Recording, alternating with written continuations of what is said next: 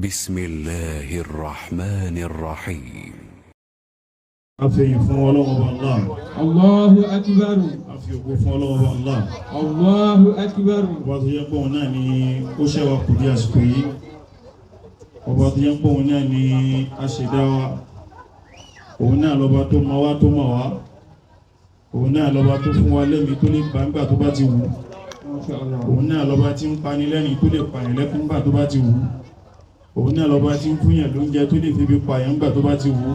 Allahu akbar. Ọlọ́ba tó máa ń fani sókè tó lè fàyàn sílẹ̀ nígbà tó bá ti wù ú. Allahu akbar. Ọlọ́ba tí ń dùn yẹn nú nígbà tó bá wù ú sí pẹ̀lú yóò sì lè fàyàn lẹ́rìn. Allahu akbar. Akí ọlọ́run bàbá náà. A ṣe ìkẹ́gẹ̀ fún Ànábì wa Muhammad. Sallallahu alayhi wa sallam. Man arsalahu Allahu subhanahu an yakuna rahmatan lil alamin. Ọlọ́run bá rán Ànábì níṣẹ́ kó máa jẹ́ ìkẹ́ fún gbogbo àgbáńlá ayé. Wa sara rahmatan. Ànábì náà wá jẹ́ ìkẹ́ fún gbogbo àgbáńlá ayé. Walam yazal rahmatan kò wá yẹ kòkò lẹ́ni tó ń jẹ́ ìkẹ́ nígbà tó lọ tán ó sì ń jẹ́ ìkẹ́ lórílẹ̀ ayé náà ni àlékún kí ọlọ́run kọ́lọ̀ sí fún ànábì Muhammad sallallahu alayhi wa sallam ànábì àwọn sàhábà ànábì alladhina qamu ma'ahu fi sa'ati as-sa'bi was-sahl àwọn tí wọ́n dúró tí ànábì ńgbà tí nǹkan le wọ́n dúró tí ànábì ńgbà tí nǹkan rọrùn àlékún kí ọlọ́run kọ́lọ̀ sí fún gbogbo wọn pátá. Àmín. Àwọn àfáà ìsìn tòní àtàwọn òbí tó bí ẹni kẹ̀kẹ́ wa àwọn tó ti lọ dákùn bá ṣe kẹ́ fún ọlọ́run. Àmín. Àwọn bàbá wa tó jẹ́ wípé àtàrà àwọn ni wọ́n bí wa àwọn ni wọ́n tọ́ wa wọ́n sì fi ẹsẹ̀ wa lílẹ̀ lórí ìlànà tọ́lọ́hun tànẹ́bí wa Muhammad Sallallahu alayhi wa sallam. wọ́n sì kọ́ wa lẹ́kọ̀ọ́ gbé lánàá tó fi ń dáa jùlọ òun náà ní ìlànà tànẹ́bí wa Muhammad Sallallahu alayhi wa sallam. wọ́n ti di ẹni àná ọlọ́run wá ní káwa máa bá wọn lò ní àlékún kí ọlọ́run àlékún gẹ̀ lákùnbá ṣe fún ọlọ́run. Àmín. Fadilatu Sheikh Alhaji Isa Hanafi Atesinse rahimahullah Allahu ta'ala. àlékún kí ọlọ́run àlékún àforíjì lákùnbá ṣe fún ọlọ́run. Àmín. Ọba tí oníkáwa náà tara wọn jáde gbogbo aláfíta náà bá ń wí ọlọ́dàkùn jẹ́ kó máa jẹ́ ìkẹ́ fún wa. Allahumma àmín. Àwọn òbí tó wá bí ẹnì kẹ̀kan wa náà àwọn tó ń bẹ láyé náà lákùnbá dúró tì wọn. Àmín. Wala hawla wala quwwata illa billahil aliyyil azim. Mo kí ìkàlẹ̀ gbogbo àwa tí a wà ń bí ní bínú ẹ dákun nítorí mo ti jẹ́ kí àfáà Nurudeen mo ti jẹ́ kó mọ̀ pé ìrìn àjò ní ìmọ̀ lágbára kò sọ fún yín Allahu akbar torí pàlbà ṣe ń bọ̀ yìí Allahu akbar láti Ìkòròdú láti bọ̀ wáyìí torí mo sì jẹ́ oyè pé àfáà mo ní lẹ́jọ́ Kòròdú jọ yìí o ó sì ní wá ṣàṣìgbà náà nítorí ọ̀sán ni mo ní ìdá àárọ̀ ní prógrámù ti Kòròdú pọ̀tẹ́sì mọ́ pé láti navigate káàkiri láti Kòròdú yẹn wá bí ó lè máa jẹ́ nǹkan tí Ọlọ́run ṣáà kádàrá àwa náà nílé àdúgbò fọ́lọ́run àbáyé dáadáa àwa náà sì débi dáadáa Ọlọ́run jẹ́ a máa bára wa dáadáa nínú dùnú àtàyà àti àlàáfíà. Mo kí àwọn ìmáàmù wa nílùú Láńgbàsà ọba tó gbé yín kalẹ̀ lórí dáadáa àpadà sí ibú apára sí ìgbà ọlọ́mọdé òde bá yín Ọlọ́run. Àmín. Dáwà tẹ gbé dání nínú ìlú yìí ọlọ́mọdé ó bàjẹ́ láíláí Ọlọ́run. Àmín. Ìgbà tó tẹsẹ̀ jẹgbà fáànù òde ń pé àwọn náà ti lọ kí ó yá máa bọ̀ wá torí ó kéré nú àfáà tó máa tún gba àfáà míì láàyè èmi ò mọ ṣe kéta ni èmi ò mọ dìtẹ̀ ni èmi ò mọ tiẹ̀ lára ni kàkà kó tiẹ̀ gbé máìkì fún mọ́ṣáláṣí kò nígbà kó tiẹ̀ sọ̀rọ̀ kankan sínú máìkì mọ́ṣáláṣí ìlara ni wọ́n ń pè é bàbá tẹ wá gbà fáànù òde láyé Ọlọ́run àpàdà sígbó òdìdí báyìí Ọlọ́run. Àmín. Àgbáyé Ọlọ́run tó dalẹ̀ Ọlọ́run ní ra yín láre wala hawla wala quwwata illa billahil aliyyil azim. Mo wá fi àwọn ìmáàmù wa mo fi kí àwọn alhaji wa Ismail Balógun Ọlọ́run bá tó gbé kalẹ̀ lórí dáadáa Ọlọ́run ní kí àfáà Nurudeen kó tara yín jáde nínú ìmọ́lẹ̀ tọ́lọ́run ó tara yín jáde làfáà Nurudeen wà àwọn ìmọ́lẹ̀ tó jáde lára yín pọ̀ àmọ́ lọ́dọ̀ tí ẹ̀yin náà mọ̀ pé tàfáà Nurudeen yàtọ̀ nítorí ọdún tẹ mú wá sílé kéw ọdún náà èmi lọ́lọ́run ní ẹ̀fà alé lọ́wọ́ báyìí wípé báwo ni àfáà Nurudeen ni ó báwo ni ó ṣe ìyá rẹ̀ mi ní kò so ẹ̀fà alé bàbá lọ́wọ́ lójú bàbá náà lọ́ ti ń fa alé mi lọ́wọ́ pé àfáà tí ó mọ̀ mójútó àfáà Nurudeen lélẹ́yìn nínú àwọn Ọlọ́run wá bá wa yìí fún yín Ọlọ́run ní pa fún iláíláí. Àmín. Ìgbìmọ̀ sáré àfáà Nurudeen. Àmín. Ọlọ́run ó jòyè àrí ìlànà tó gbé dání ẹ ti rí pé dáwà ta kọ́ lé ké òun náà ló gbé dání. Iṣẹ́ Ọlọ́run ta kọ́ lé ké òun náà ló gbé dání. àdánwò tí ó wá dé tí ó tún wá gbé nǹkan mí dání ọlọ́run ní jàrí ọlọ́run Àmín. àdánwò tí ó dé tí a máa pàdé ẹ̀ ní támákì tó wọ́n ní àfáà yẹn lánàá ọlọ́run àdánwò bẹ́ẹ̀ ò ní dé bá àfáà nù gbogbo Àmín. mo kí àwọn tí wọ́n jókòó sí lẹ́gbẹ̀ẹ́ náà ní ìmúrúkọ oníkàlùkù àmọ́ wọ́n fi sífò àró of langbasa ọlọ́run bá ṣe ń kù lórí dáadáa ọlọ́run ní bá yín ní jẹ́ Àmín. Alhaji Qasim ọlọ́run bá ṣàánú fẹ́yìn náà mo kí gbogbo yín ẹ̀rá pẹ̀lú má bínú mo kí àfáà tó wà Nkárá tí wọ́n dán rí bí èmi náà ṣe máa ń dẹ́rí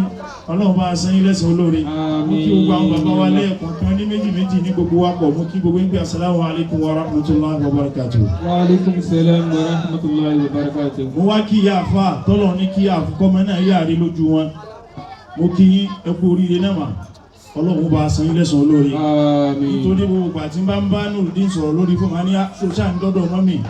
tí ó ń pe mọ́mì ọlọ́run bá dùn yín náà ọlọ́run nígbà yìí ló jẹ́ wala hawla quwwata illa billahil aliyyil azim mo fi kí gbogbo ẹ̀yin yá wa náà wípé assalamu alaikum wa rahmatullahi wa barakatuh. Wa alaikum salam wa rahmatullahi wa barakatuh. Mo kí àfá Mubaraki mi tí ẹ̀mọ́ pé ń pàdé òun náà bí ọlọ́run bá ń sẹ ẹlẹ́sàn ọlọ́run sí àlékún àlùbáríkà náà mi tí a fẹ́ bára wa sọ̀rọ̀ yí tá ti ń gbọ́ tẹ́lẹ̀ náà ni àmọ́ ṣe rí àsìkò táwà yìí á ti rí pé gbogbo wa níṣẹ́ àwọn ìyàwó ti máa láwọn fẹ́ lọ dáná ìṣinú lé àwa náà ó ti máa sún sókòtò á ti máa báláǹsì kòtò pé wẹ́dà yìí ti sọ̀kalẹ̀ adúpẹ́ fọ́lọ́run ó ti ń wọ rẹ́dì lọ́dọ̀ ẹlòmíì kan ń fara mọ́ pé iṣẹ́ ọlọ́run là ń jẹ́ kò ṣe ìyàwó ìṣe má gbà ni àmọ́ ọlọ́run ànígbàwẹ̀ náà lásán o. Àmín. Ọlọ́run máa ń ṣe àwẹ̀ wa lẹ́ni tí ó pè mí mọ́nú lásán ọlọ́run. Àmín ya Allah. Ọlọ́run máa ń ṣe àwẹ̀ wa lẹ́ni tí ó gbòǹgbẹ lásán ọlọ́run. Àmín. Ṣe àwẹ̀ wa ní ìtajìrì lórí láyàtul qiyamah ní ọlọ́run. Àmín ya Allah. Àmọ́ tá a bá lọ wo Ramadan a rí pé ọ̀pọ̀lọpọ̀ wa ó kéré nu wa ta màǹfààní orí tọ́lọ̀ ń bá ṣe fún wa o. Tá a bá mọ orí tọ́lọ̀ ń ṣe fún wa ní a gbọ́dọ̀ jẹ́ ìṣẹ́jú díẹ̀ tó kù yí àgbọ̀dọ̀ jó fò wá dárú o. Ẹni tí bẹ̀rẹ̀ bá ti bọ́ fún ìṣẹ́jú tó kù yìí má tún jẹ́ ó bọ́ o torí pé Ànábì wa Muhammad sallallahu alaihi wasallam Ànábì ní ẹni tọ́lọ́run bá ti ṣe léèwọ̀ kó má rí kẹ́nu oṣù yìí kò tún rí kẹ́ mọ́ o ẹni tọ́lọ́run bá ti ṣe kórí àánú ní oṣù yìí kò tún ní rí ìkẹ́ kankan mọ́ kò tún ní ràánú kankan mọ́ o sáwà tún jẹ́ kó fò wá dárú ni sáà tún jẹ́ káàánú Ọlọ́run tún fò wá dárú ní oṣù yìí Mùsùlùmí ni wá Ànábì wa Muhammad sallallahu alaihi wasallam ní tó dájú Ànábì ti sọ fún wa pé man sọ́mọ Ramadan ẹni tó bá gbààwẹ̀ oṣù Ramadan imanan wa ihtisaba ó wá gbà pẹ̀lú gbàgbọ́ tọ́lọ́run ó wá gbà tó gbà torí èèyàn Ànábì ní gufira lahu ma taqaddama min dhanbi gbogbo ẹ̀ṣẹ̀ rẹ̀ tó ti síwájú sẹ́yìn lọ́lọ́run ó foríjì àbí kó gbààwẹ̀ náà dáadáa o ìwọ tó gbààwẹ̀ tóbìnrin kan máa lọ tọ́tù máa wẹ̀yìn òun rìdíùsì ládáwẹ̀ rẹ ní o bátìrì rẹ̀ ń jáde ẹ̀dẹ́ ẹ̀nà ẹlòmíì fóònù lọ́gbẹ̀dá nínú Ramadan gbogbo nǹkan kí nǹkan tí ò dánú fóònù òun lọ́mọ wò bẹ̀rù Ọlọ́run ṣe rí àsìkò yìí àsìkò kan tí èèyàn máa fi ń tán sínú Ọlọ́run ní kìí ṣe àsìkò kan tí èèyàn tún fi ń ṣe Ọlọ́run náà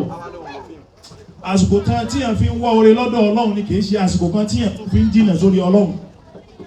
àsìkò kan tí èèyàn fi ń wá bá ṣe rí àforíjì lọ́dọ̀ Ọlọ́run kò ń ṣe àsìkò kan tí èèyàn tún máa fi kó sínú ẹ̀ṣẹ̀ Ọlọ́run torí Ọlọ́run bá Ànábì wa Muhammad sallallahu alaihi wasallam Ànábì sọ fún ẹgbẹ́ Ọlọ́run bá àlékẹ́ ọlá ní pé àsọ́mùlì ṣe rí èmi lẹ́ ń gbàwẹ̀ fún o wà á náà ájíṣe bí èmi náà sì ni màá ṣe ẹ̀san lórí àwẹ̀ tẹ́ ń gbà ní tó túmọ̀ sí pé tó bá ti gbà á dáadáa ò ní problem tó bá ti gbà á dáadáa ò ní problem tó wá rí àwọn iṣẹ́ olóore ta ti ń ṣe bọ̀ wá ṣe rí sí pé a ti ń bọ́ sí last 10 days of Ramadan ní tó túmọ̀ sí pé ọ́n sọ fún agbẹ́ ànípẹ́ kú nìyẹn o àfikáwà náà múra ẹwọ gbàwó là ń pariwo mọ́lẹ̀ àbábíkà ya Ramadan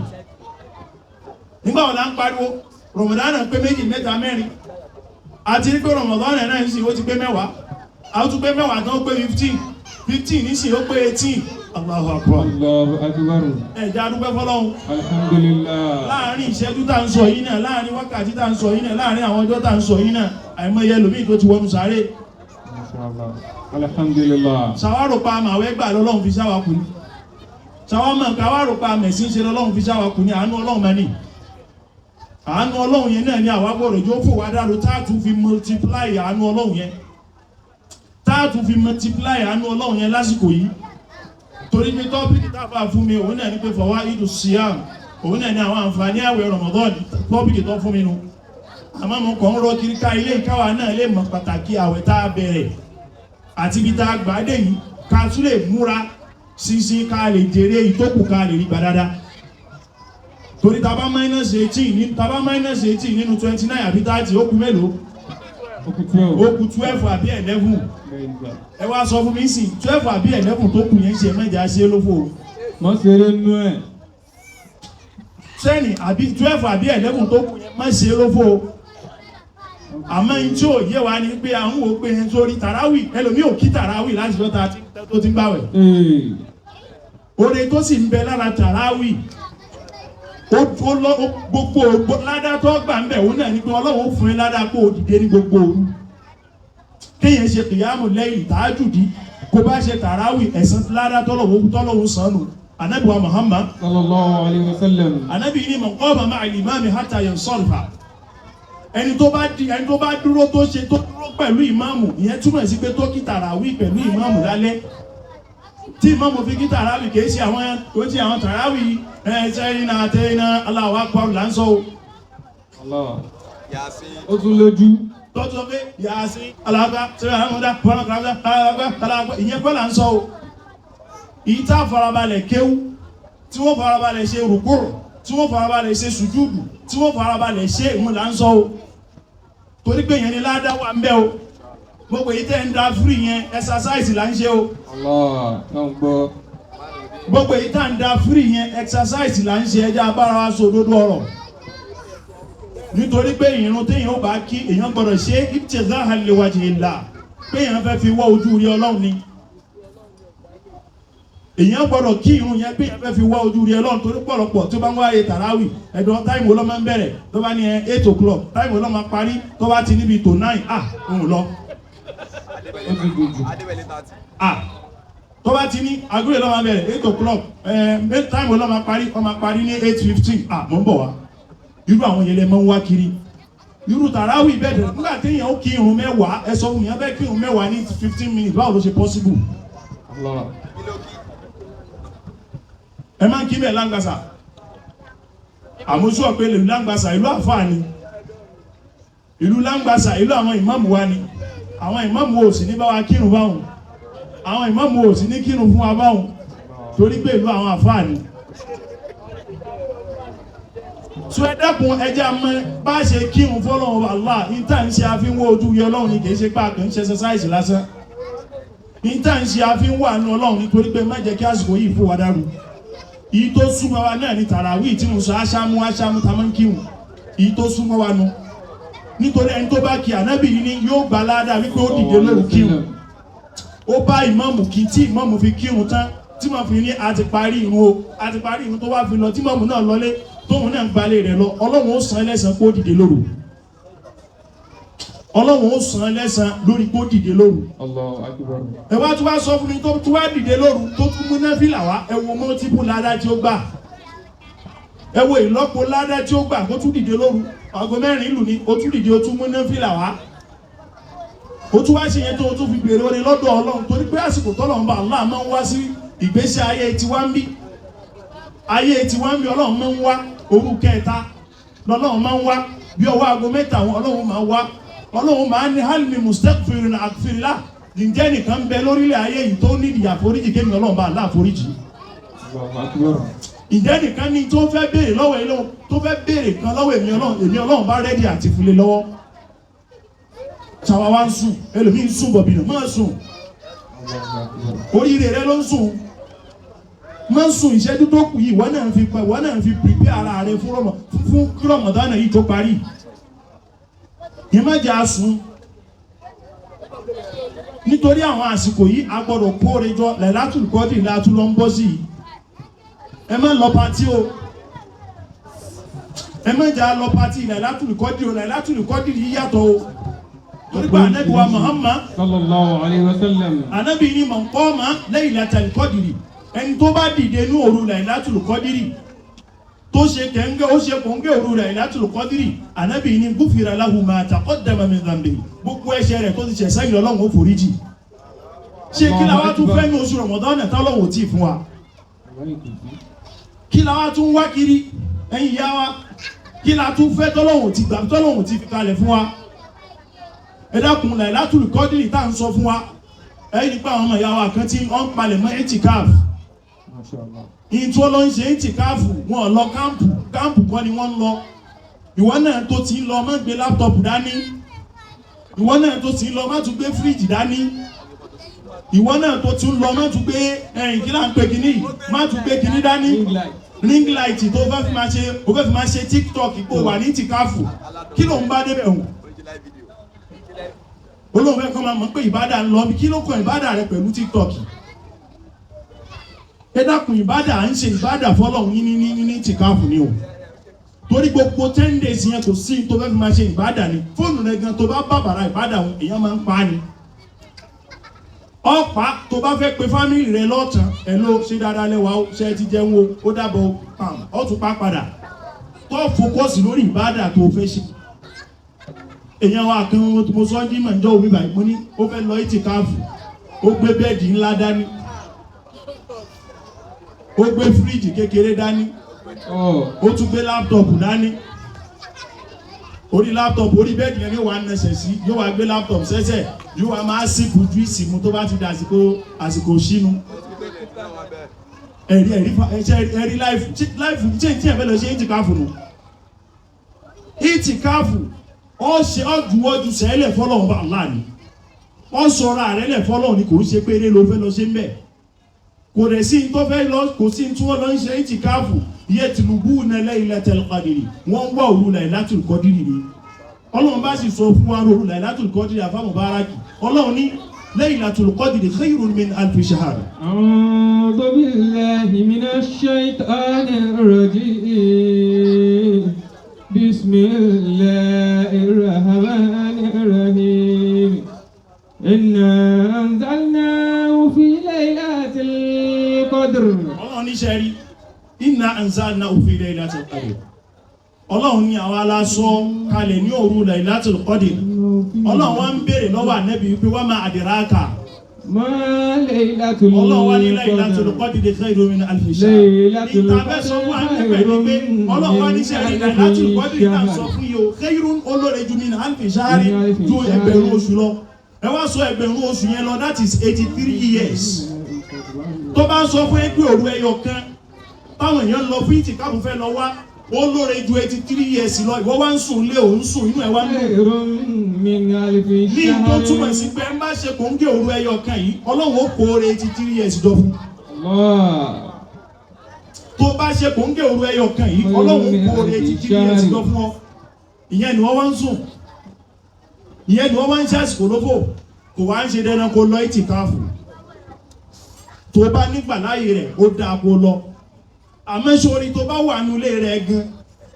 o lè máa ṣe ìbádà gbogbo òru náà ní kó máa dìde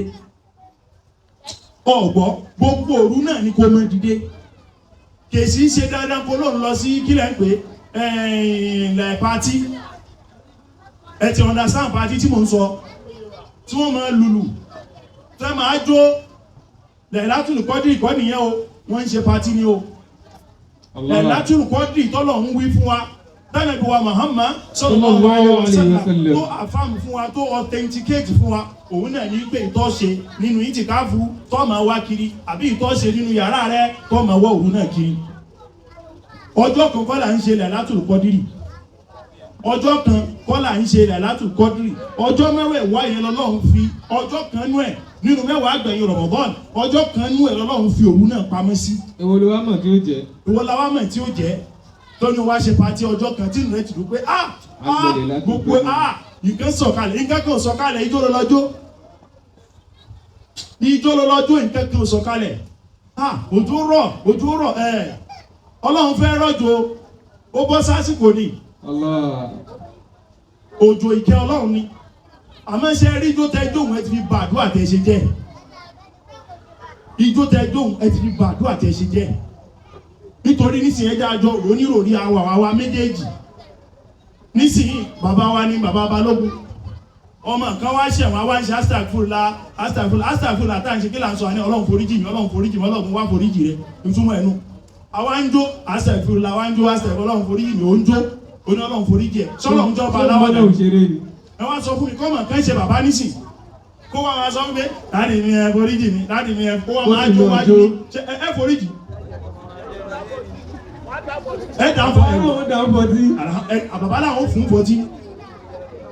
bẹ́ẹ̀ náà ló ṣe nígbà tó ń sọ pé Ọlọ́run forí jì mí ó wá ń jó òun fi jó sí tó ń fọlọ́run bá ṣe yẹ̀yẹ́ ni sọ́lọ́run bá jọba yẹ̀yẹ́ ni Allahumma innaka afuwwun tuhibbul afwa fa'fu ẹ wá mú ijó sí ẹ wá ń jó ijó sí ó wá tún fi ìmí ọmọ àdìdí gba jáǹsì fún yín ìmí tún máa lu bàndírì sí ẹ wá mú ijó lọ láìlátùlì ijó ló lọ láìlátù oníjó láìlátù rọ́kùsì òru ijó ló lọ òru tọ́lọ́hun ó lọ ìbádà tọ́lọ́hun ẹjẹ́ abára wa sọ òdodo ọ̀rọ̀ àbótí kóró ní àdúpẹ́ fọ́lọ́hun alhamdulillah nítorí iṣẹ́ rí ẹ̀sìn èyàn gbọ́dọ̀ ṣe ẹ̀sìn bọ́lọ́hun ṣe ní aṣẹ́ ní o ẹjẹ́ aṣe ẹ̀sìn bọ́lọ́hun ṣe fi rán Ànábì wa Muhammad sallallahu alayhi wa sallam tó bá fẹ́ ṣẹ̀sìn tọ́lọ́hun tó nílẹ̀ látòkọ́dì wà nínú yàrá rẹ̀ bọ́lọ́hun bá sọ̀rọ̀ lójọ́ fọ́lọ́hun tó bá wà ń bẹ̀yẹn ní kó tún sọ ìyá alágbájé ó ti gbọ́ nǹkan tó ń sọ fọ́lọ́hun táwọn fà kí bẹ́ẹ̀ lọ́hun gbàdúrà gbogbo yìí ò sínú ẹ̀sìn wa àwọn tó ń ṣe àwa náà ti mọ̀ àwọn tó ń ṣerú nǹkan báwọn àwa náà ti mọ̀ kìyàmù lẹ́yìn ni mùsùlùmí ń ṣe lóru àmọ́ yẹn náfìlà ni mùsùlùmí máa ń fi gbogbo òru rẹ̀ yàn ṣẹ́ni gbogbo àwọn lẹ́tà kí lọ́kọ́ wọn gbogbo rẹ́gísítà tó fún yín bẹ̀rẹ̀ rọ̀mọ́dọ́nù náfìlà òru àwẹ̀ má bínú Ọlọ́run ṣàlékún dáadáa fáwọn bàbá wa o Ọlọ́run sọ wọ́n lẹ́sọ̀ nígbà tó òru kan àti lọ látàárọ̀ àwa dé lálẹ́ wọ́n wá ní tí òru eléyìí o náfìlà mẹ́wàá láka sálámà márùn-ún kí ní gbogbo eléyìí lọ́ní o mọ́ ṣe tó mọ́ kó ti rẹ̀ sórí Islam rọrùn tó bá jẹ́ méjì ló lè yàn mú méjì wá sálámà kó sì bí Ọlọ́run bí sì ní Ọlọ́run gbàdúrà rẹ̀ tó bá jẹ́ mẹ́rin ló lè yàn mú mẹ́rin náà wá jókòó sálámà kó sì tẹ́wọ́ síwájú Ọlọ́run sunkún tí rojọ́ fún bá sọ̀rọ̀ Ọlọ́run rẹ́dí àti kú ẹ̀ yóò sì sáyìn ọ̀rọ̀ rẹ̀ náà tí ó ní gbogbo ìtọ́sẹ̀ ń dára ẹ̀ láàmú yẹn ń wéṣì àsìkò ní o kúrìyà yóò àdìká fìrúnà 35 kúrì kìíní kan gbogbo yẹn sàárì ti lọ sàrújí ni wọ́n fẹ́ palẹ̀ mẹ́ni bòyí tó fi ń jù mùsùlùmí ni wá ẹjá bára wa sòdodo ọ̀rọ̀ ẹjá bára wa sòdodo ọ̀rọ̀ torí wípé àsìkò yìí a rí wípé ọ̀pọ̀lọpọ̀ wa ti gbọ́ wà sí a ti sọ ọ̀pọ̀lọpọ̀ ti sọ ìtò bọ̀tà àsìkò yìí ń tá gbọ́dọ̀ mọ̀ níwọ̀nba tó kù yìí ká lè fi jèrè àsìkò àwẹ̀ tó kù yìí òun náà ní pé ẹ má jà ṣe nǹkan tá a fi rí ìbínú Ọlọ́run ẹ má jà ṣe nǹkan tá a fi rí ìbínú Ọlọ́run ẹ jà ṣe gbogbo nǹkan tá a máa ṣe ẹja máa fi ká fi rí ìyọ́nú Ọlọ́run ní o gbogbo àwọn ata náwó ní Ramadan owó tó ná ṣona lórí kárí mi owó tó ná ṣona kọ́ lè dúpẹ́ fún ẹni owó tó ná ṣona káyé lè máa yàn lẹ́yìn àwẹ̀ ni tó bá jẹ́ ìlò náwó lásán kò sẹ́sàn fún ọ gbogbo èyí tẹ́ ń dáná fáwọn èèyàn ní Ramadan tí ó ń da káwọn èèyàn lè mọ̀ pé bàbá yìí olówó ni owó kùkù jẹ́ budanu ní tó bá já níyàn náà ló fi ń ṣe okùn fáwọn èèyàn ló ń jẹ lásán kù sí ládá fún ọ gbogbo tí mùsùlùmí ò bá ṣe làbúdà àyẹ̀fọ́ àìlẹ̀hù ibtighahan liwajhillah àfi kó ṣe lẹ́ni tí ń wó orí Ọlọ́run bí yẹn ò dúpẹ́ fún ẹ máa lọ tiẹ̀ bí yẹn ò ṣe thank you máa lọ tiẹ̀ bí yẹn ò ṣe pé ẹ ṣe wọn àná máa lọ tiẹ̀ ó nídìí ọpẹ́ tiẹ̀ orí tọ́lọ́run ni wọ́n wà thank you Ọlọ́run ló ga jù ó nídìí thank you tiẹ̀ orí Ọlọ́run ló ń wá orí tọ́lọ́run yẹn ó sì lóore ju thank you lọ orí tọ́lọ́run yẹn ó lóore ju thank you lọ ní tó bá ṣe ní Ramadan tètè máa yẹra rẹ wo ìwọ̀nba tó kù yìí ó tó yanjú ọ̀rọ̀ yẹn o ìwọ̀nba tó kù yìí ó tó yanjú ọ̀rọ̀ yẹn wá gbogbo tí wọ́n náà kù sí wọ́n bí tó kù sí ìwọ tó ń ṣòfò fún èèyàn kiri ní Ramadan nínú àwẹ̀ ó tún ṣòfò fún ìwọ tó ń ṣòfò fún Ramadan ó ń jẹra rẹ lẹ́sẹ̀ ní o ládà rẹ ló ń jẹ lẹ́sẹ̀ o ìwọ tó ń bá tèèyàn jẹ́ ní Ramadan ládà tó jẹ́ kó gbà òun ló ń jẹ lẹ́sẹ̀ wọn ìwọ tó rọ́pò ọmọ kan ọmọ lágbẹ́já kò ní lọ síwájú ọmọ tiẹ̀ náà ní lọ síwájú o gbogbo téèyàn máa ń ṣe wá ojú rí Ọlọ́run níbẹ̀ ni o gbogbo téèyàn máa ń ṣe ládálẹ̀ èèyàn máa ń wá látọ̀dọ̀ Ọlọ́run o ṣẹ́rí ìwọ̀nba tó kù yìí ẹ dákun ẹja fi wó orí Ọlọ́run ìwọ̀nba tó kù yìí ìwọ náà fi ṣe ìbádà fọ́lọ́run torí òru yìí má lọ pàtí mo bẹ̀ẹ́ mu àǹfà tó ti fún ẹlẹ́fílòpù kó fowó sí yẹn ń ṣe ìbádà lèyàn ń ṣe fún ní Lailatul Qadri inú yàrá rẹ o sì lè ṣe tó bá ní àǹfààní ìtìkáfù lọ ṣe ìtìkáfù tó bá láǹfààní mọ́ṣáláṣí tí wọ́n ti ń yan náfìlà ṣáríìtù wà ńbẹ̀ májẹ̀mú wà ńbẹ̀ tó bá jẹ́ pé mọ́ṣáláṣí kan wà gbogbo 10 days yẹn náfìlà ni wọ́n máa ń yàn lọ máa bá wọn yan náfìlà rẹ kó sì máa padà sílé lọ máa bá wọn yan náfìlà rẹ kó sì máa padà sílé ìyẹn ni ìbádà o àwọn tó bá ti ń pẹ́ tó ti ní èní ni Lailatul Qadri tàwọn ọjọ́ kọ̀ọ̀kan ni Lailatul Qadri o ọjọ́ kan kọ́ ni Lailatul Qadri ọjọ́ mẹ́wàá òun pátápátá ni mùsùlùmí máa ń wá Lailatul Qadri sí Ànábì wa Muhammad sallallahu alayhi wa sallam Ànábì fún wa lẹ́sìpó kan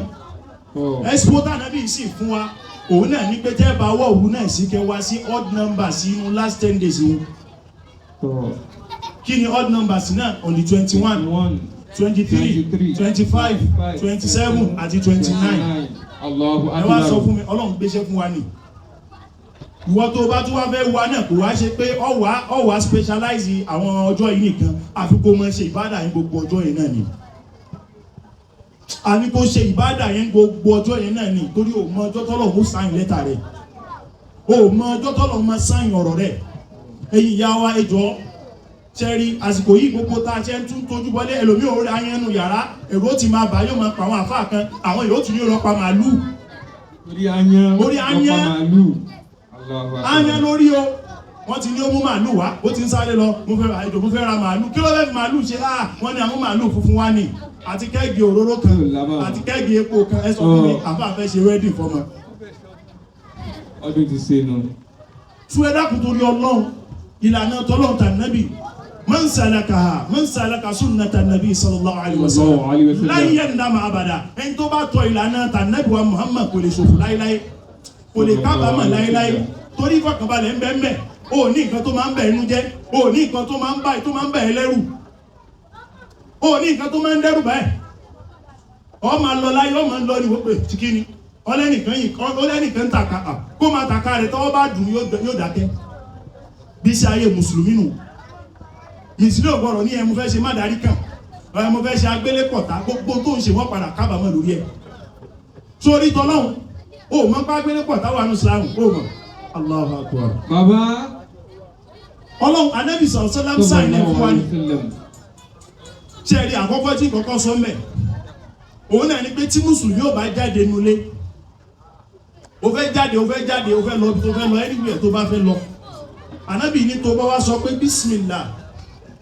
tawakkaltu ala Allah la hawla wa la quwwata illa billah gbólóhùn tó wíwù tí àwọn tó bá ń lọ láàrin àdúgbò ń lọ láàrin gbogbo bí tó bá ń lọ táwọn olójú burúkú táwọn ojú olójú tí ó lójú gbogbo ojú tó bá wù ní kí wọ́n ní wọ́n máa tẹríba fún ọ báyìí Allah ṣé ó ń dè wọ́n máa tẹríba fún ọ ní ó máa ní eléyìí Ọlọ́run ti ṣàánú eléyìí o Ọlọ́run ti fún eléyìí mọ́nà o Ọlọ́run ti ṣọ́ eléyìí o ọwọ́ owó lè bá ilé yìí wọ́n dì mọ́ sásẹ́gbẹ̀ fún ọ àkọ́kọ́ nù so wá rí Ànábì wa Muhammad sallallahu alayhi wa sallam ìmí ìtúrè Ànábì ní kó bá sọ pé bismillahil ladhi la yadurru ma'a ismihi shay'un fil ard wala fis samai wa huwa as-sami'ul 'alim ó wá sọ mẹ́ta láàárọ̀ kó tó jáde nílé Allahu Akbar sórí kílẹ̀ ọjọ́ náà tó ṣú tílẹ̀ ọjọ́ náà ó fi ṣú ó máa bẹ́nu àbú Ọlọ́run aburúkọ òsì níkọ̀ Allah ó wá tí wá wí gbólóhùn náà lálẹ́ ó tí wá wí mẹ́ta pé bismillahil ladhi la yadurru ma'a ismihi shay'un fil ardi wala fis samai wa huwa as-sami'ul 'alim ó wá wí gbólóhùn náà ó tún sọ mẹ́ta nírọ̀lẹ́ tílẹ̀ ọjọ́ kejì ó fi mọ́ aburúkọ òsì níkọ̀ sallallahu alayhi wa sallam wá sọ fún mi kí ló tún tàn wá kiri ṣebí ìta fẹ́ abẹ́kọ̀rọ̀ máa ṣọ́ àwọn ọmọ wa ni ọwọ́ amátóri tó bá ti dálẹ́ ọwọ́ afọ́kọ̀ àwọn ẹ̀bá yìí pé a'udhu bi kalimati llahi tammati min sharri ma khalaqa a'udhu bi kalimati llahi tammati min sharri ma khalaqa a'udhu bi kalimati llahi tammati min sharri ma khalaqa gbólóhùn yẹn lọ́wọ́ awí mẹ́ta ó sọ fáwọn ọmọ rẹ̀ pẹ̀lú ògbó ọlọ́run aburúkọ nípa wọn sórí gbogbo tọ́ ni o máa kọ́ṣẹ́ máa gún kankan máa fọ́ṣẹ́ kan wẹ̀ fún wọn asán ni o asán ni o má jẹ́ atara wa àwa láríra wa yìí o asán ni o sórí tọ́lọ́ ta nẹ́bì Kùránì ò tí lánàá kò tẹ́ lónìí àbùkù kò sí ní kọkùnrin láíláí. Masha Allah. Ṣẹ́rí lànà tànẹ́bì wa Muhammad. Sallallahu alayhi wa sallam. Àbùkù kò kún lánàá gbọ́dọ̀ tí mo sọ nísìnyí tí mo ní bisimilahi lẹ́gbẹ̀rẹ́ àìkúrú máa sinmi ṣe fúlá. Wọ́n láfi sáré wa sẹ́yìn láàlẹ́. Àrọ́ọ̀kì ẹnìkan ń pè rọ́ọ̀kì òun lẹ́lẹ́ni tó máa ń mú àlìjọ̀nù kúrò lára èèyàn. Tó máa ń ṣàdúrà tọ́lọ́run tànẹ́bì tó fi mú àlìjọ̀nù kúrò lára èèyàn tí ó sì wòsàn. Ẹni yìí ó wá sọ pé gbólóhùn àfá àwọn ó wí gbólóhùn yìí tán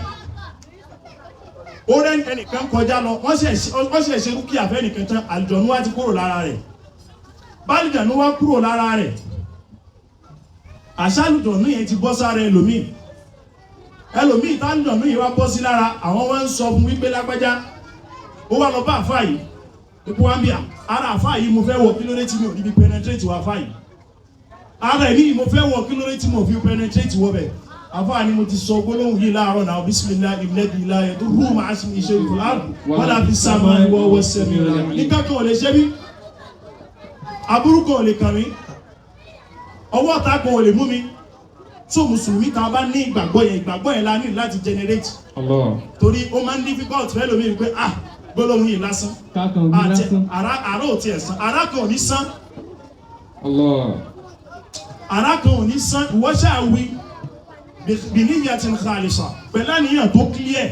pẹ̀lú gbọ́lọ́n akiri náà ó sì máa heart ẹnìkan wá bá mi lọ́fíìsì mi lánàá àfáà tó wá ń rọ̀lẹ́ àná ó ní àdánwò kan mọ́ òun lẹ́sẹ̀ ó tẹ̀ nǹkan mọ́lẹ̀ níbà náà ṣe mọ̀ ó tẹ̀ kí ní ìmọ́lẹ̀ rí wípé ẹsẹ̀ náà wọ́ọ̀kì mọ́ ẹsẹ̀ yóò wọ́ọ̀kì mọ́ kò sí ní tó ṣe fún ó ṣe ìdáàmà ó dẹ̀ ṣe rúkíà Ọlọ́run sì wòsàn kò ló ogun kankan o kò ló ẹbú o kò sí ló ṣìnáàpù kò fi ṣìnáàpù ló ẹbú Ọlọ́run sì wòsàn lórí rúkíà tọ́lọ́run tà nípa Muhammad